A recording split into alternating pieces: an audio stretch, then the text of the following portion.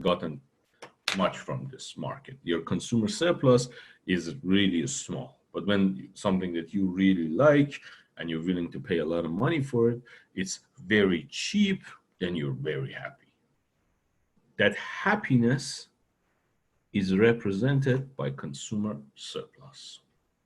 Amount a buyer is willing to pay minus the amount the buyer actually pays.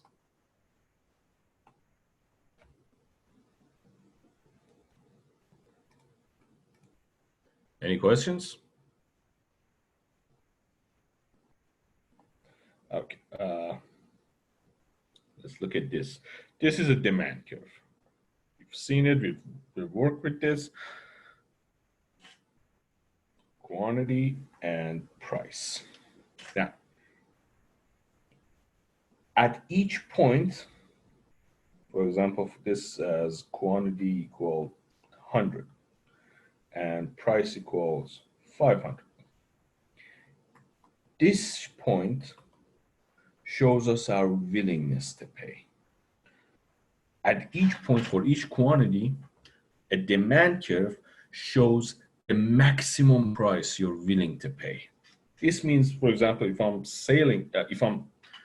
selling something, I can have this demand curve, and then I know if I sell, let's say, 150 goods, the maximum price that all my customers are going to pay is equal to, let's say, 400. If I'm selling 100 goods, the maximum price they're willing to pay is 500. If I sell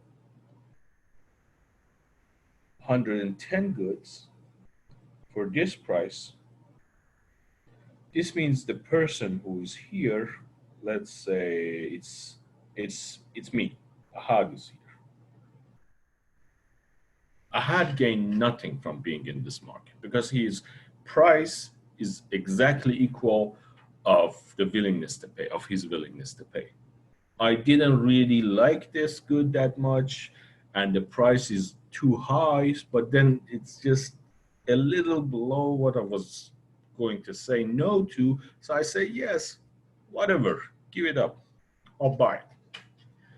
But this point here represents a person who walked very happy. This person valued this good at $500, but he ended up getting, if the market equilibrium is here, this person who was here, for example, let's say Zach.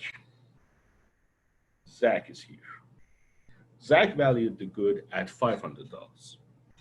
And he walked away with equilibrium price, because this is our equilibrium price. This point here is when trade happened, actually. So Zach is happy. Ahad is not really happy. He says, yeah, no, whatever. But Zach is happier because he valued the good at 500, but ended up getting a lower price, so he's happy. Cameron would be here, for example, 600. Cameron is also happy. Candace, 700, still happy. Any point above the equilibrium are happy. All these points represents happy people in the market, people who valued the good real high and ended up paying a much lower price for it. So all these goods, all these points represents happiness. How much happiness? This difference. Willingness to pay minus price. The difference from here, this point is the price, equilibrium price. This point is willingness to pay. Points on the demand curve are willingness to pay. All these points above the price level are our happiness. If you add them all together, all the area here, this is the total happiness that we've gained from being in this market.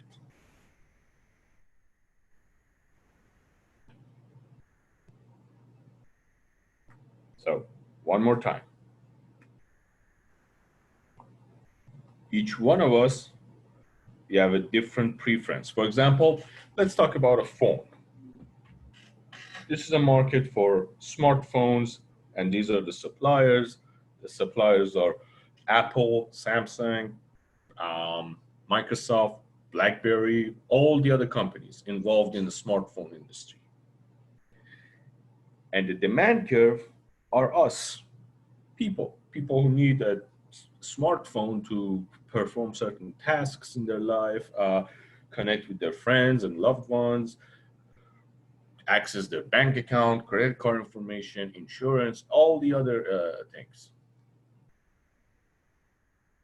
And this is when the market stables. This is the point where supply and demand meet each other because of all these negotiations, all the market dynamics at, let's say, $500.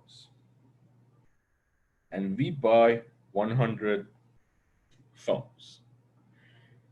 This one point here on the demand curve represents the last customer, the last customer, the last person who buys a smartphone. It's me. Let's call him Mahad. I'm the last person who's willing to pay $500 to buy a phone. So I buy it. The next person is probably my dad. He says, no, I don't like these fancy smartphones. They're too hard to work. And I have to call Ahad every week to ask him how to get this function working. So the next person doesn't buy that phone. He's happy with his older phone.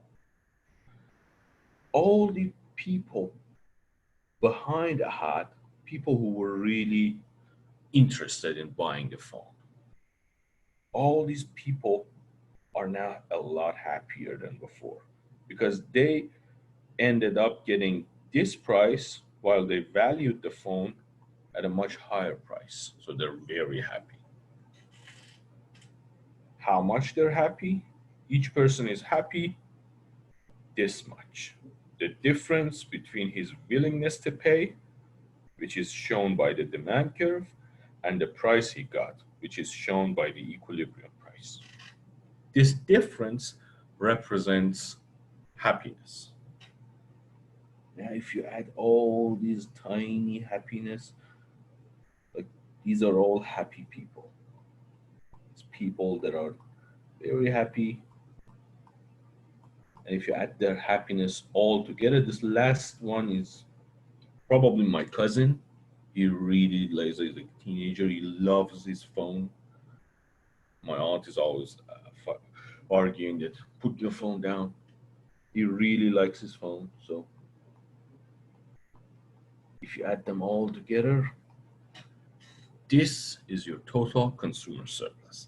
Now, it's something a little advanced for this class, but in mathematics, when we want to show how much these values are, we use integral.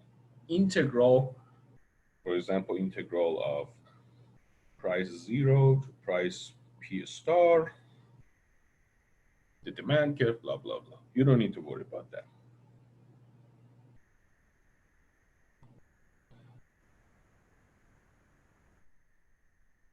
You don't need to worry about the integral. I'm just showing it to you. This is like a super advanced thing. So this integral represents the area from here to here, from the beginning of the market, which is here, when price is equal to 0, P0, all the way here. When quantity equals 0. All the way to when quantity equals Q star, equilibrium, when market stops, the end. All this happiness is our total consumer surplus. When you see this area, what it means is all those people who have bought a phone and are now very happy.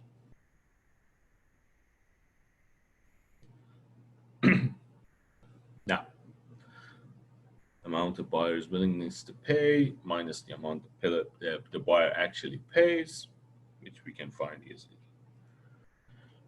Now, so if you like only have 4 people in the market, your demand curve would be something like this.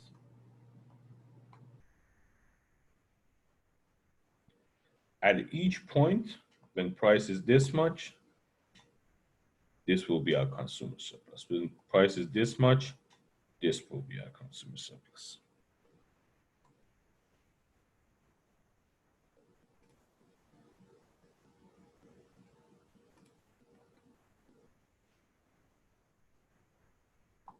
Covered this. The demand for shoes at quantity equals 5,000. The marginal buyer is willing to pay $50 for the pair of shoes. That's the last buyer who's willing to pay for this. Suppose if the price is 30, the marginal buyer is willing to pay is thousands of pairs of shoes.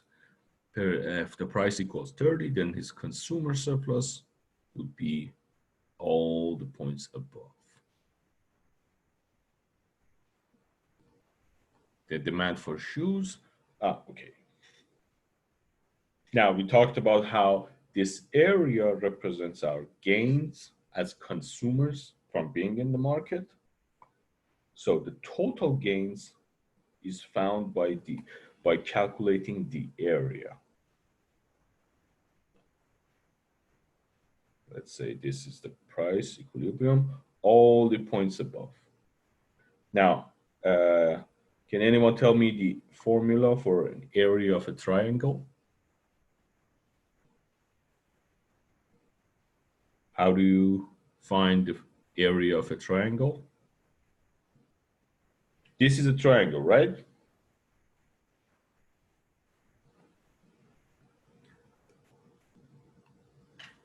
Great, exactly. Base and height multiplied by 0.5. Now, what is the base? This base, because this is like a 90-degree triangle, a right triangle. The base is here. Very nice. We have our Q star. How much goods are traded in the market, and the height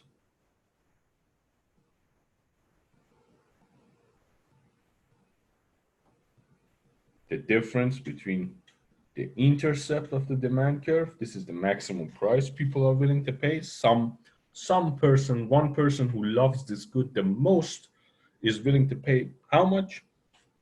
And the last person who is willing to pay. This is P star, and this is P0. The first person, the person who loves the goods the most. You have all these points, then you can find the area of this triangle. And you can say after this, you can say, see, this is how much we have gained from being in this market. The demand for shoes, for example, look at here.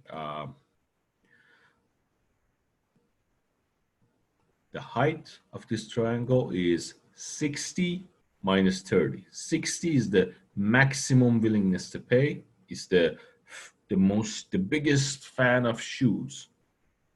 The person who loves shoes more than anything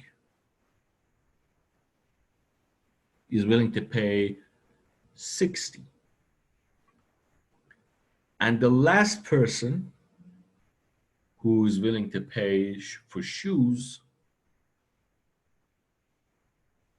is 30, is willing to pay $30. So the price at equilibrium is 30. All the people after that would go shoeless, like bare feet.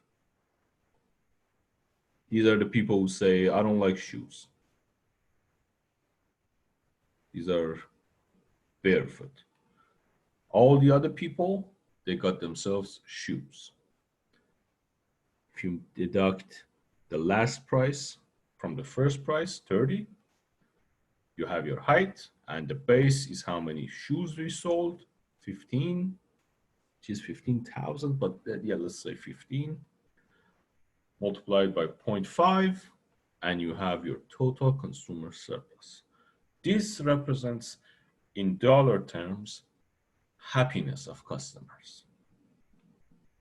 When people say money can't buy happiness, well, economics and mathematics just prove that yes, they can. Yes, it can. There you go. Money bought $225 worth of happiness.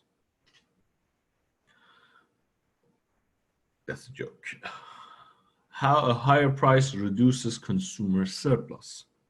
As price goes up, two things happen.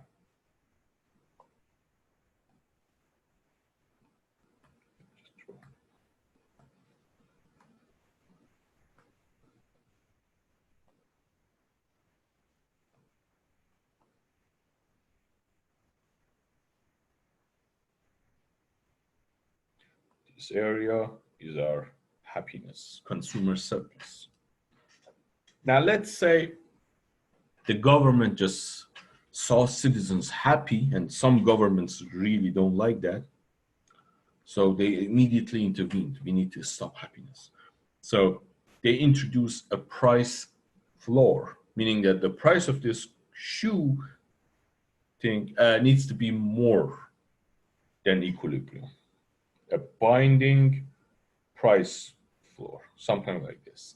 Now the price is here.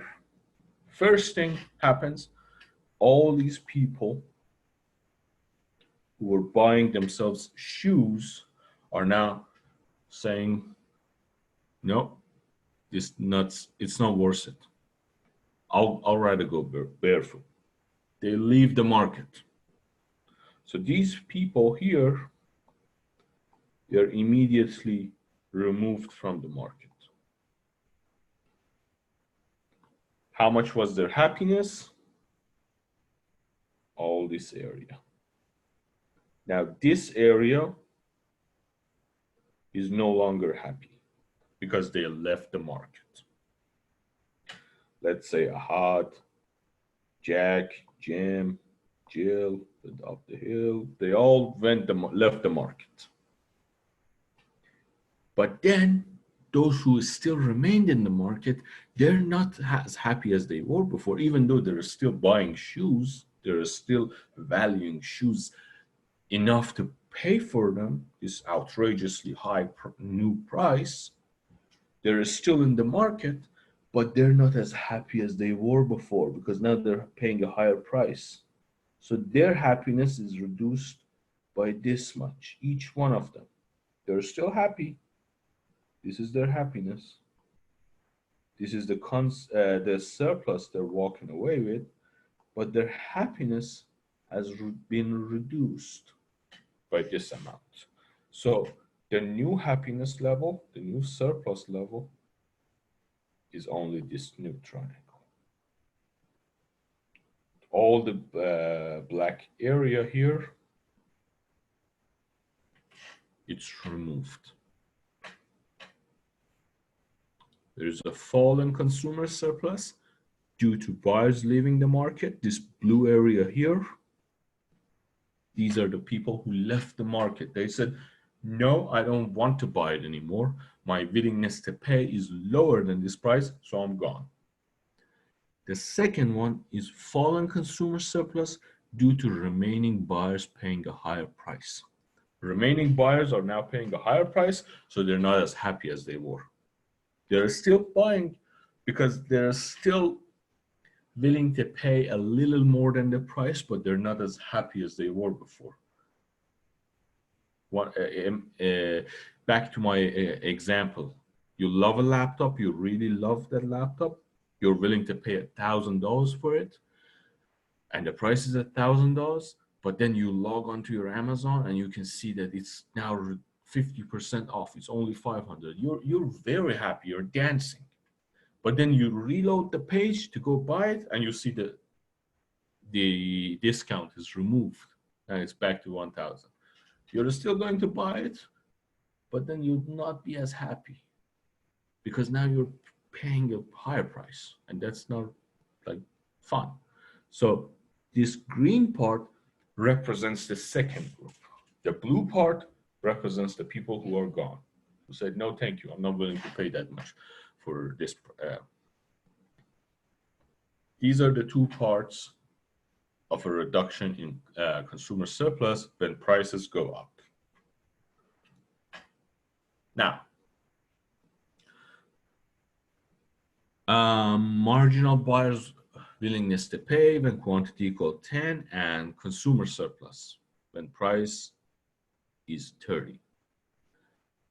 Suppose price falls to 20, how much consumer surplus will increase due to buyers entering the market, existing buyers paying lower price. Remember, before we start doing this, the blue part is a triangle. You know how to find the area of a triangle. And the green part is a rectangle.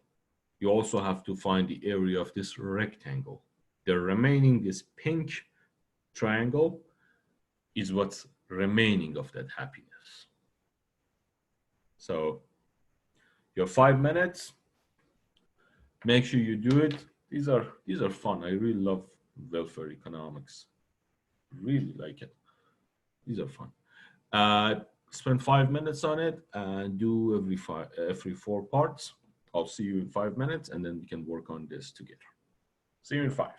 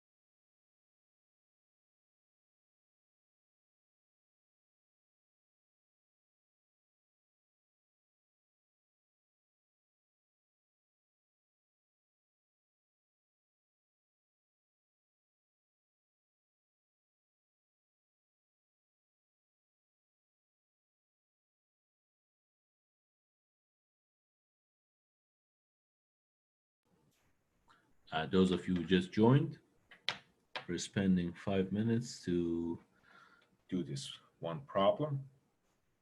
It's 2 minutes left.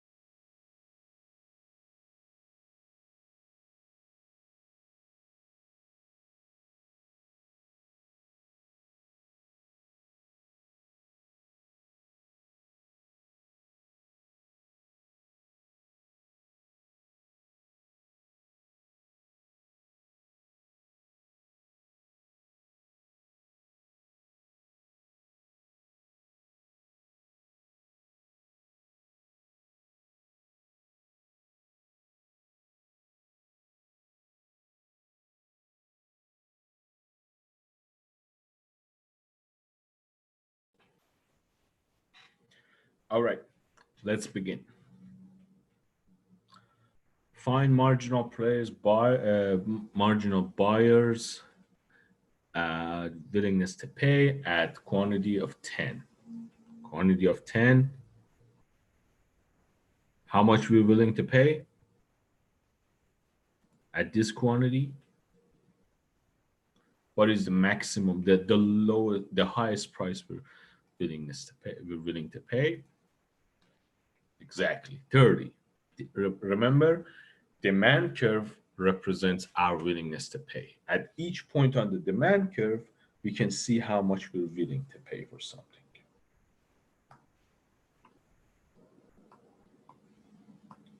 This is a demand curve. Each point on the demand curve represents a person, a buyer.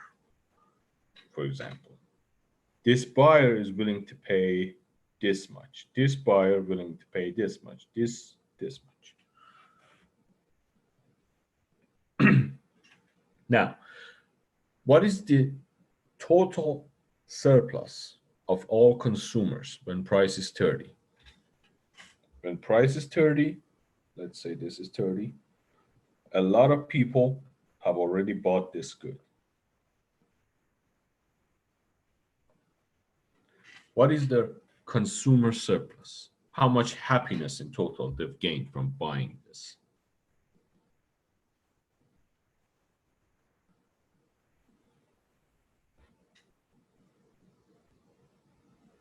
$30. This is 40. So the height of this triangle is 10. And the base is also 10. You can see quantity equal 10. Quantity went from 0 to 10. And height is 10. So 50. Thank you. Exactly. The height of this triangle above the equilibrium price, the area of the triangle represents our total happiness. Again, every point represents a customer, and his happiness or her happiness is represented by this difference. If you add them all together, you have the area, which is 50.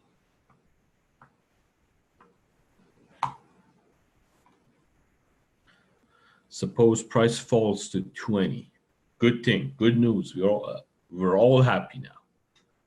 Remember, consumers for normal goods are always willing to pay a lower price. Suppose price falls to 20. How much will consumer surplus increase due to first buyers entering the market, new buyers entering the market, and existing buyers happier because now they're paying a lower price? We talked about what happens when prices go up, but the opposite can also happen. Let's say prices were like this. These many people were buying. All these people here were buying, and they were happy.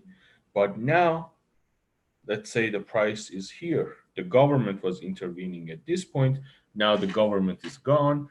We can all return back to a competitive market, and now we're happier because of these lower prices.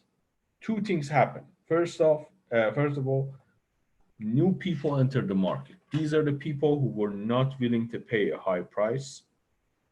They didn't value the good that much.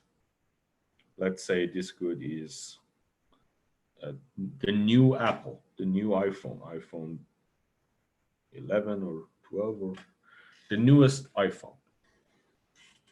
Some people were buying it. They really liked the new camera or the new feature or things like that. Others were not like buy. Like, I'm not willing to pay a really high price for a new phone. My current phone works fine. But now the price has fallen. So I'm saying, yeah, why not? I'll go and buy it. These people who enter the market are these points. These are represented here. Their happiness is what they were willing to pay minus the price they're paying. And if you add them all together, this small triangle represents the new players, the new buyers' happiness in the market. I keep saying players because, like, in economics, there is also something, it's called game theory. In this, sometimes we use game theory to study these kind of things. Game theory is a game of strategic decisions. Like, my best interests are to enter the market when price is lower than this level. So I enter the market. That's why I keep using the word player. I'm confused with game theory sometimes. But then people who were already in the market, they were already buying, are now happier because now it's cheaper. Remember the laptop you wanted? You go on to Amazon and you see now it's cheaper. Now it's 50% off. So now you're much happier than you were before. All this area is added to your happiness. Your previous happiness, let's say this is me. I really like my laptop. This is a hard. I was happy this much. Now that I see the laptop is 50% off, I'm much happier than I was before. So my consumer surplus just increased by this much. Now this whole rectangle here represents all the happiness increase, all the surplus increase from being in the market. So this total black area is what's added to total consumer surplus. And it has two parts. The first part is this small triangle. The second part is the bigger rectangle. Now, the buyers entering the market, it's the small triangle. What's the area of the small triangle?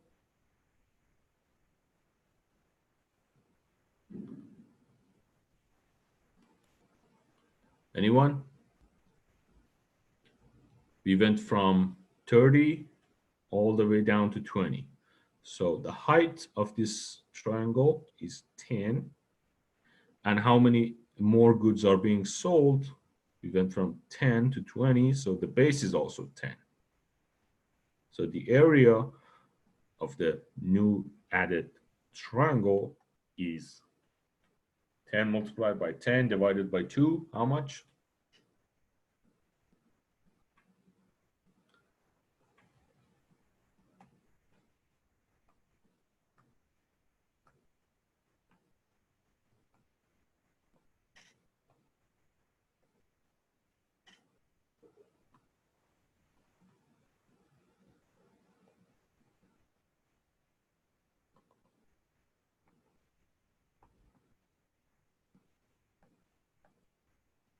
We went from this point to this point. So now new people entered the market. And these new people are buying 10 more phones, for example, or shoes, whatever the example was. And the price has been lowered by 10. So 10 multiplied by 10, 100 divided by 2. The area of this new triangle is 50. But then people who are already in the market are also happier by this much. The area of this rectangle is 10, and this is 10. So the area of this triangle is also, let's call this consumers plus new, and consumer price old is 100. So our consumer surplus is the 50 we had before plus the 100 due to increase in happiness of old customers plus another 50, which is the happiness or surplus added because of new people entering the market. 50 buyers entering the market, existing buyers paying a lower price, 100. Yay. Any questions? Is there anything that you're not getting from this? Am I making sense? If there's any questions, now's the time to ask. Don't hold back.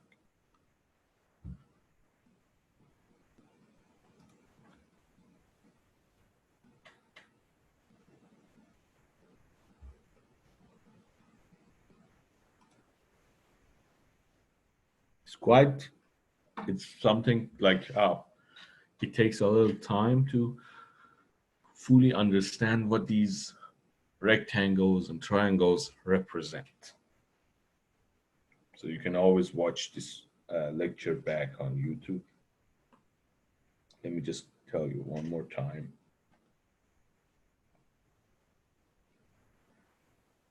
This demand curve shows how much we're willing to pay for the good. When the price is this much, all the points on the demand curve represents a person in this example. When the price is this much, all the people who bought this good and paid the lower price that they were willing, they're very happy. Their happiness is represented by this difference. These are hundreds of thousands and millions of people. If you add them all together, you have this area. This area is the total surplus of all consumers. When prices go down, two things happen. First, new people enter the market. These new people are now happy from being in the market by this much. Also, those people who were already in the market are now happier because now they're paying a lower price. Their happiness increased by this much. Now, if you add them all together, there you go. This will be your new consumer surplus. Any questions? None? Perfect. Now we have 16. I don't think we're going above that. So let me take a quick attendance before we move on.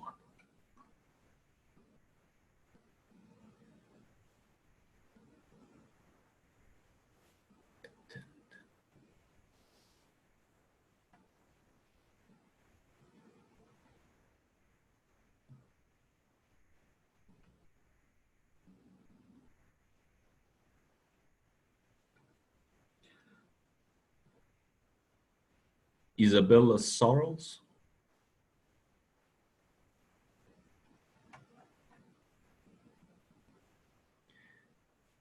Alex Blanton. If you hear some say something. Candace Bowden.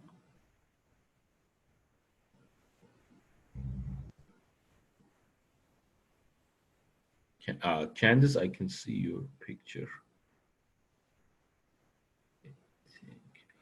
Candace Bowen.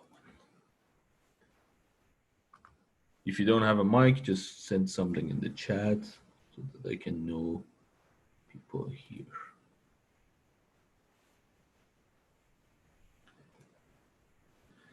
Carolyn Wiltshire.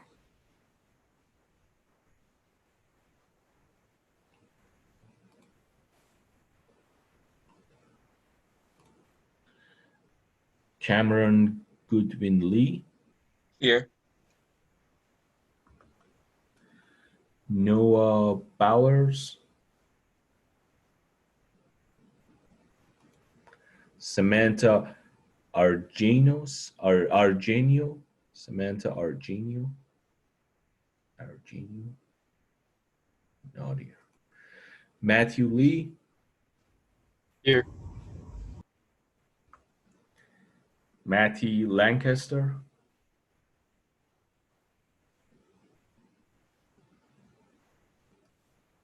Kelly Gia,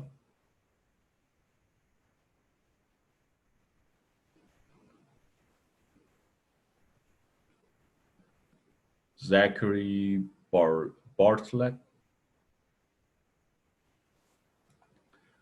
Kelly, Zachary Bartlett, Zachary Rouse, I'm here. Adam Hager or Hager, Here. Jamie Bird,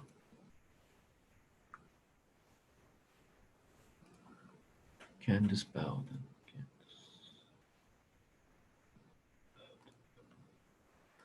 Jamie Bird. Now, Olivia Haftery, Margaret Horshak, Rachel Connor, and Wesley Shouders. Excuse me, sorry, I think I might have missed my name. Alex Blanton. Yep, Yep, thank you. got you. Sorry about that. Nice to see you. Is there anyone I didn't read his name out loud? All right. So just one more time, I've told the other group, let me tell you this again. You're allowed to miss a few lectures. I understand, like this, none of this is normal. I'm right now wearing my pajamas. This is not normal. You're allowed to miss a few lectures, but if you just never show up, your grade will be hurt. I put on attendance to be able to help students who work hard but then have some unlucky day at the exam so they can be compensated. I really don't like to give you a low grade. It's not like I'm paying from my pocket. Oh my God, if I give you an A+, I'm losing something. No. So I'm doing my best to help. So you also try to show up, please. Maggie Horshak.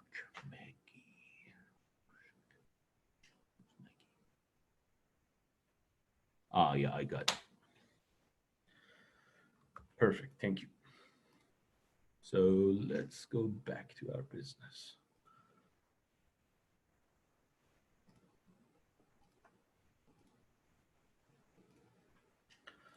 Now, we talked about how customers gain happiness from being in the market, but what about producers, like businessmen? Are businessmen trying to help the society from working by working? Why do businessmen work? Why do producers work? Why do we wake up in the morning and go to work? Why am I here? Why am I not watching a funny cat video on YouTube, or now it's TikTok? I don't use TikTok, so I'm old school. I'm still watching YouTube. Why am I here? You tell me. I'm working right now. Why? This is a very important question. It shows the interests, the conflicting interest between buyers and sellers. And it has a really meaningful economic intuition, like something full of depth. Why am I here?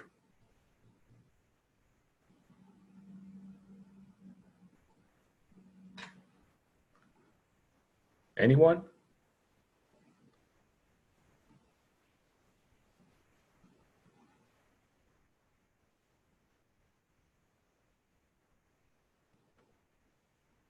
There is an article Milton Friedman wrote in the New York Times, I think.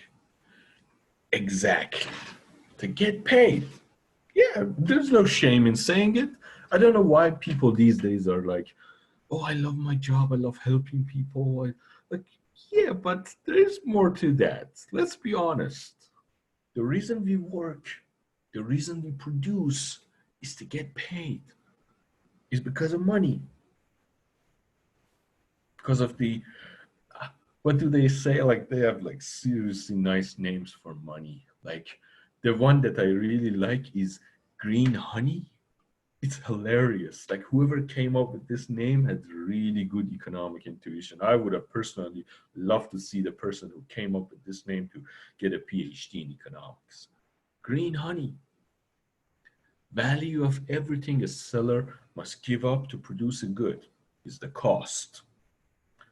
In order to be here, I have to give up something. I have to give up my time. I have to give up my energy.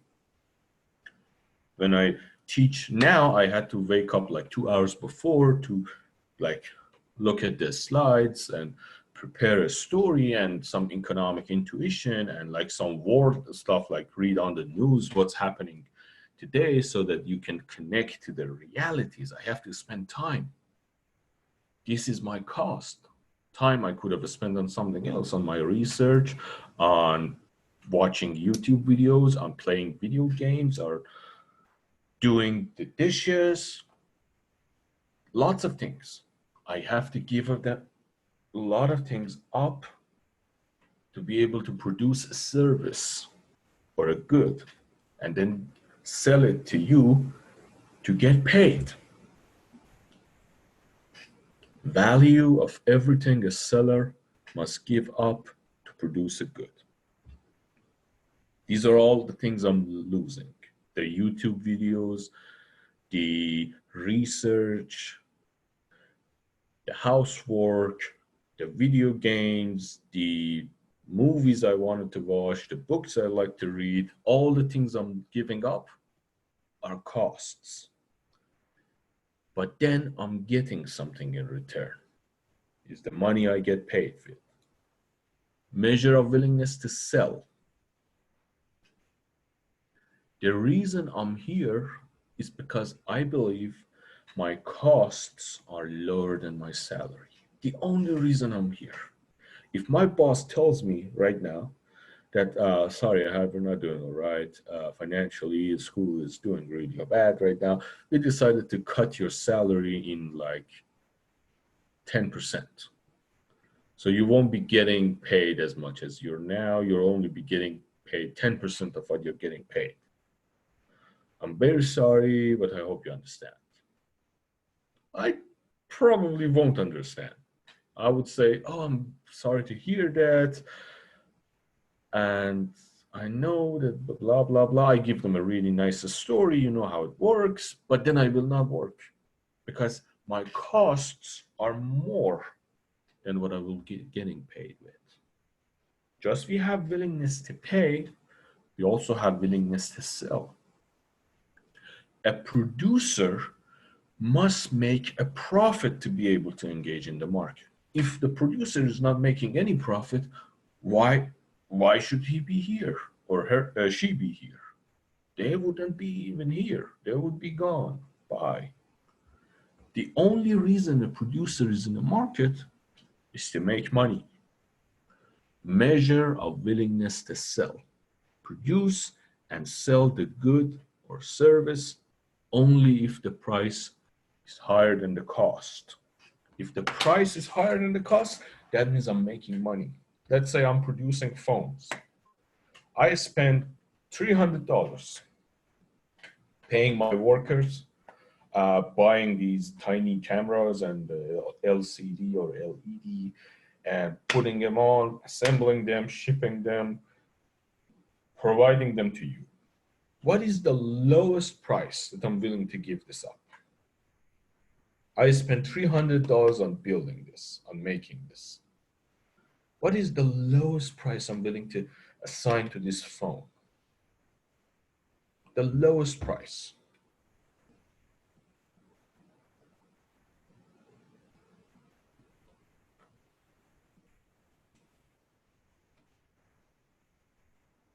Anyone?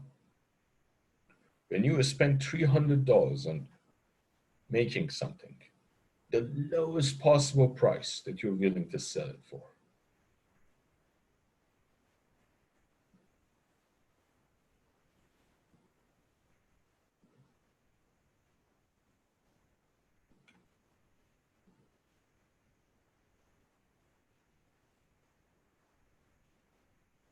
You're, you mean the attendance. I got you, Graham. I'll take care of it later.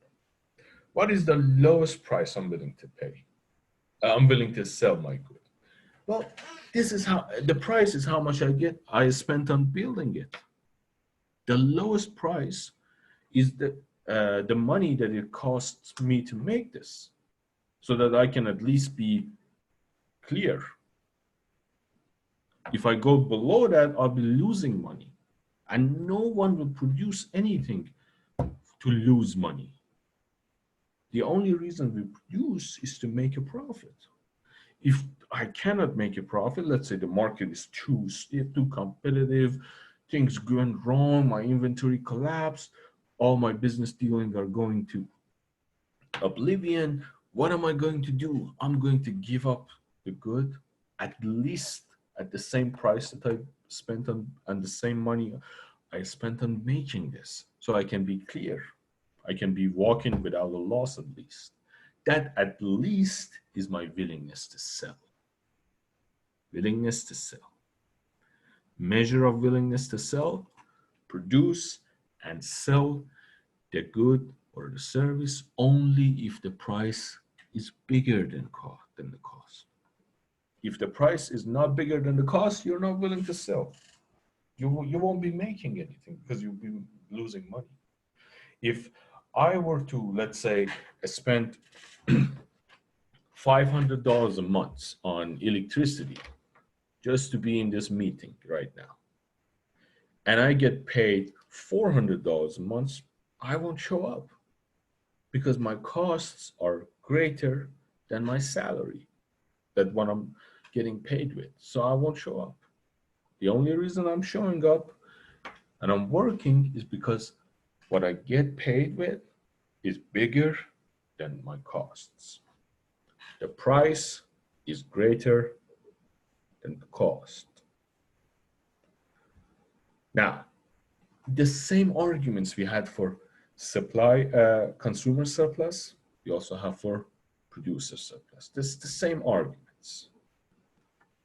You have the supply curve, which represents how much does it cost to produce something, our willingness to sell.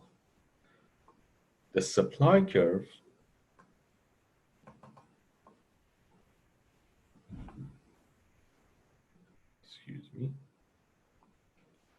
the supply curve, it represents all the tiny steps. All the tiny steps, they represent one supply. Let's say this is Apple, Amazon, Dell, Samsung, Huawei. These are all phone producers, all of them. Now, let's say this market is perfectly competitive. In a perfectly competitive market, we have 1,000, 1,000,000, 10 million, a lot of suppliers. So these stairs become much tinier. Each company is willing to sell the price at a certain, is willing to sell this good at a certain price, because they have like different efficiencies, different costs. One of them is in a poor country when worker wages are really low. The other one is in a super rich country when people are being paid a lot more, so the costs are higher. So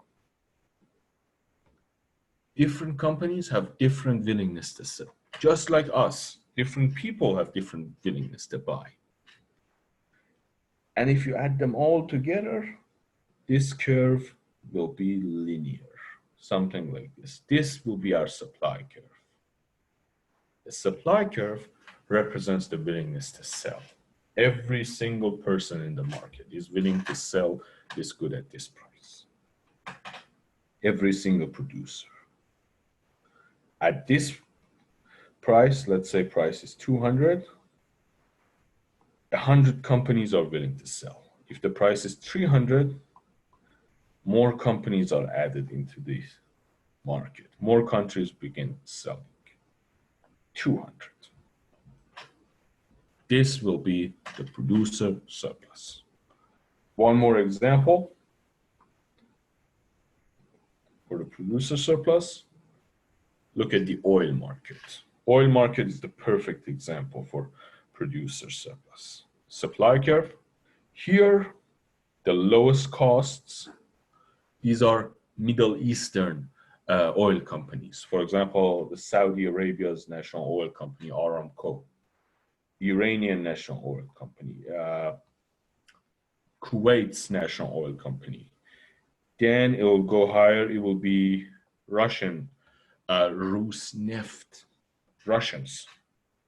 These are here. Russians are here.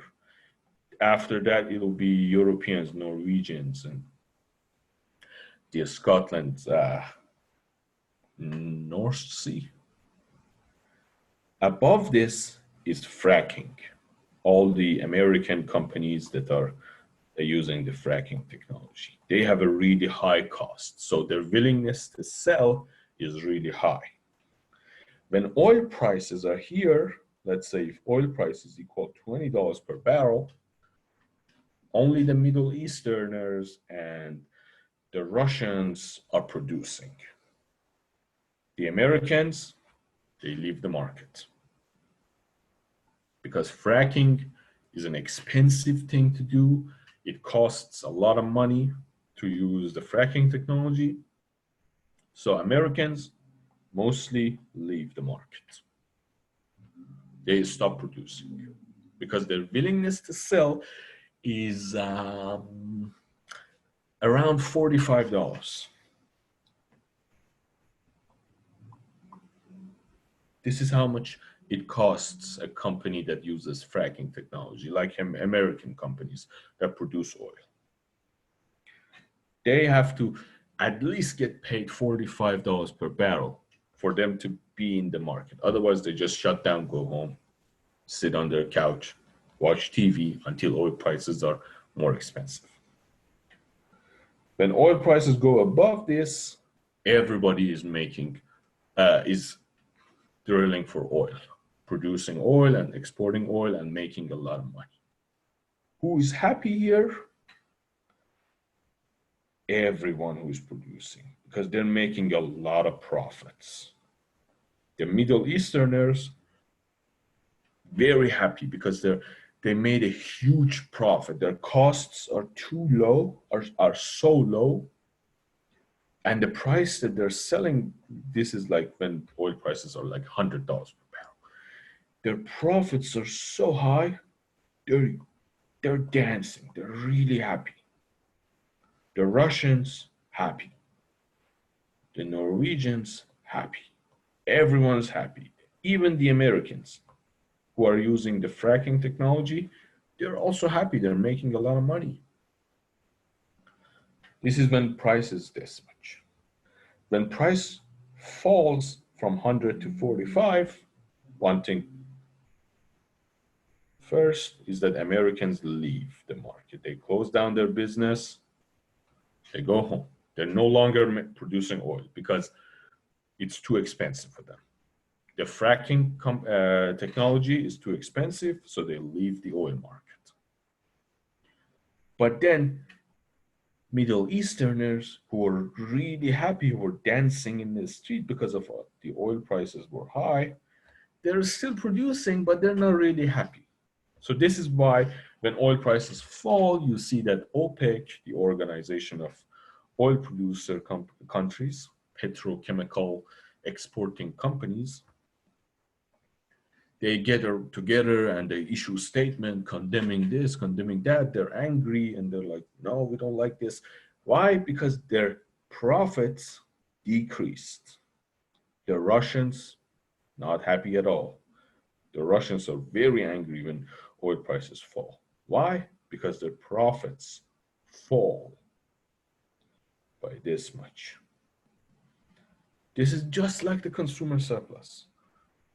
We have two things happening. First, a group of people will leave the market. This group here would leave. Then those who are still in the market would be less happy. And this will be our producer surplus. Again, the same arguments we had for consumer surplus applies to producer surplus.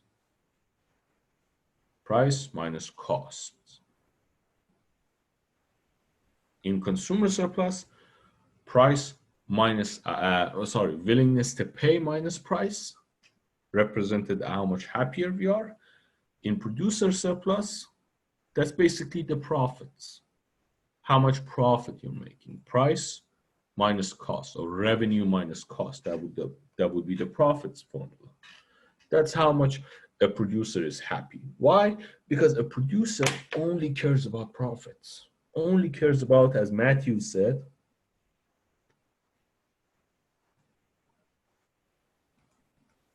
to get paid. They only care about to get paid.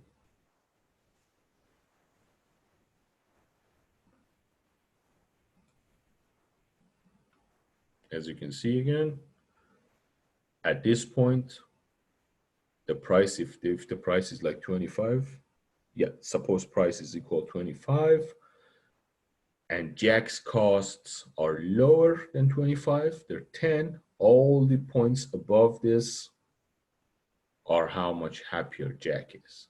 Janet's costs are 20, still lower than 25, so Janet was also happy. She's making a profit, so she's happy. Chrissy, on the other hand, left the market. Chrissy cannot produce at this low price. Chrissy needs at least $35 to be able to produce because her costs are 35. Suppose it's 35, this point here.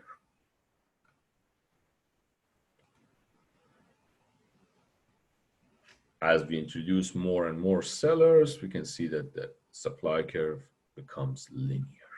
Same exact arguments. The same exact way to calculate consumer surplus we use for producer surplus. When lower prices, again, the example we used for oil market, when prices went down, goes down, a group of producers leave the market, the blue part. These are fracking, the Americans who need to spend a lot of money producing oil or drilling for oil. They will leave the market, bye-bye. We cannot make a profit anymore, so we're not producing. We're going home. Those who are already in the market, Saudi Arabians, the Iranians, the Russians, the Norwegians, the Venezuelans, not really, right now they have a lot of trouble.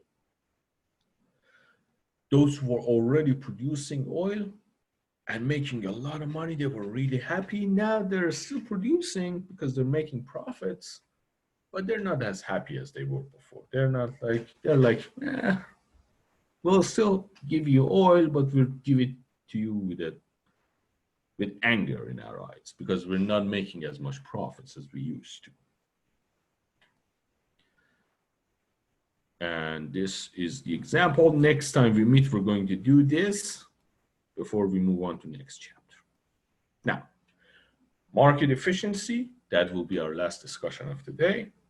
Market efficiency represents our total surplus, consumer surplus plus producer surplus. The total happiness of everyone in the market is how efficient this market is. Remember, the objective is to make everyone happy. the most, as big as possible. Make everyone better off. We're trying to help. Economics tries to help. So the whole idea is based on making everyone better off. And that's done through maximizing total surplus. By maximizing total surplus, we can make sure that the total value of consumer surplus, happiness of all consumers, and happiness of all producers are maximized. Consumer surplus, value to buyers, minus amount paid by buyers. Producer surplus, amount received by sellers, minus the cost to sellers. Total surplus, therefore, is value to buyers minus the cost to sellers. This is how it's done.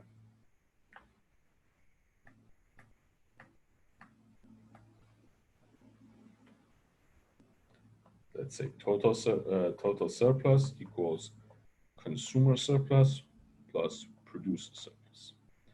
Consumer surplus equals willingness to pay minus the price.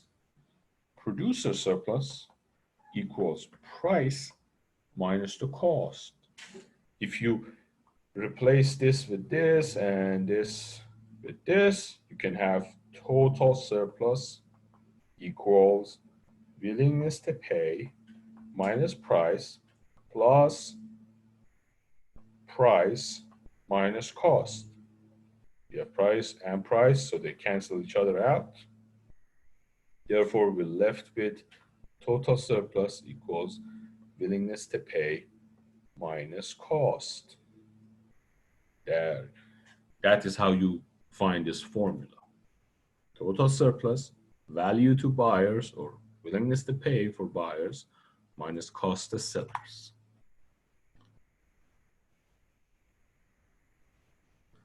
Any questions?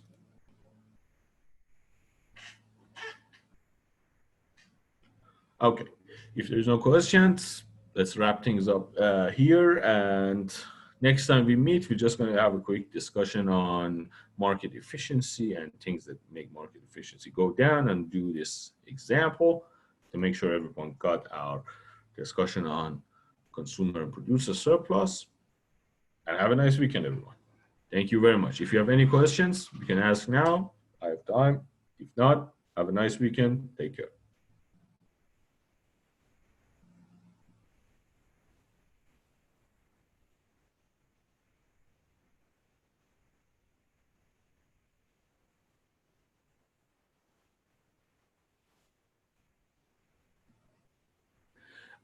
For Cengage homework, I'm still waiting for people to give me their situation. If they don't have any, if they don't contact me, tomorrow I will then assume that no one has any more problems with Cengage, and I will start reintroducing deadlines. But for now, we don't have any deadline. No, you're welcome. Have a nice weekend.